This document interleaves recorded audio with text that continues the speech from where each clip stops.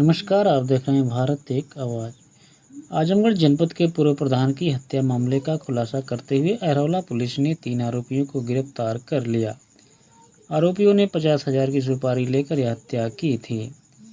इसके साथ ही घटना में प्रयुक्त असलहा भी पुलिस ने बरामद कर लिया है।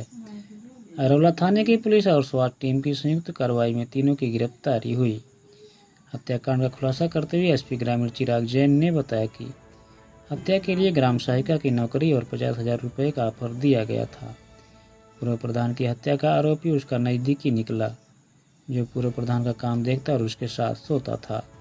आप हमारे चैनल को सब्सक्राइब, लाइक, शेयर जरूर करें, जिससे ताज़ा खबरें मिलती रहे। 24 को थाना अरौला पर सुबह लगभग 5-6 बजे हमको ये सूचना प्राप्त हुई कि पूर्व प्रधान श्री राम चौहान की किसी ने गोली मारकर हत्या कर दी है, जिस पर तत्काल थाना अरौला की पुलिस, क्षेत्राधिकारी और मुझ एडिशनल द्वारा भी वहाँ पर घटनास्थल का निरीक्षण किया गया। सभी तथ्यों के बारे में जानकारी की गई और मुकदमा अंतर्गत धारा 103 BNS में दर्ज कराया गया। इसकी विवेचना जब की जा रही थी, जिसमें जो मुलजिम थे इन्होंने जो वर्तमान प्रधान पति और उनके परिवार को नामजद किया था, जिनसे पूछताछ की गई, उनको भी पकड़ा गया, उनसे पूछताछ की गई। पूरी जांच पड़ताल के बाद यह तथ्य प्रकाश में आया, इस तरह से अनावरण हुआ कि जो इसके बगल में सोया हुआ व्यक्ति था, जो इसका काम देखता था पूर्व प्रधानी में, उसके द्वारा ही इनको गोली मारकर हत्या की गई है।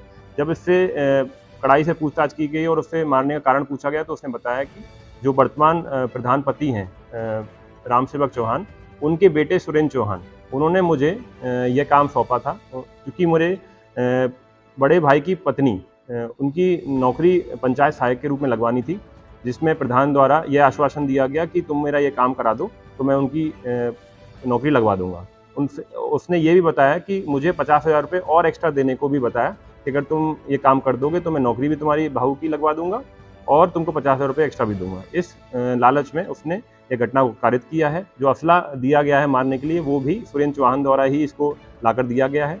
सुरेंद्र चौहान अभी वांछित है और पकड़ा नहीं गया है।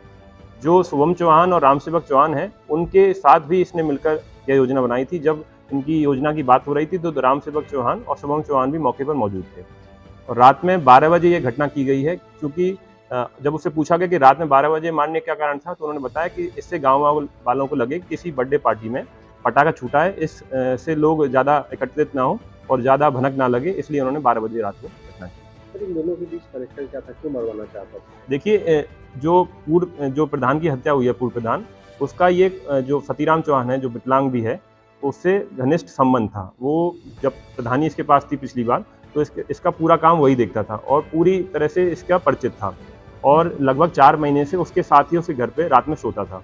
ये चीज़ उसको, सुरेंद्र चौहान को पता थी, रामसेवक चौहान और शुभम चौहान तीनों को पता थी ये चीज़। तो उनको लगा कि अगर उसको मारना है तो इसको हमको तोड़ना पड़ेगा। तो उन्होंने सतीराम चौहान को लालच दिया कि उसकी भाई की पत्नी को हम लोग नौकरी देंगे पंचायत सहायक की और 50,000 रुपये भी देंगे। इस लालच में उसने ये घटना कारित की। सर, कितने लोग गिरफ्तार हो गए और कितने भी इसमें फरार?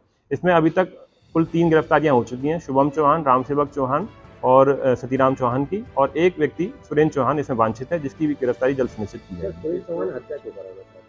देखिए, सुरेंद्र चौहान का कई समय से रंजिश चल रही थी। कई मुकदमे इन्होंने इसके ऊपर लिखवाए हैं। एक मुकदमे में सुरेंद्र चौहान के पिता रामसेवक चौहान को जेल भी भेजा गया था। इसी रंजिश के कारण और चुनावी रंजिश के कारण इन्होंने ये घटना कारित की। सर, एक कि शारीरिक रूप से विकलांग होने के बावजूद घटना को अंजाम देने के बाद क्या पुलिस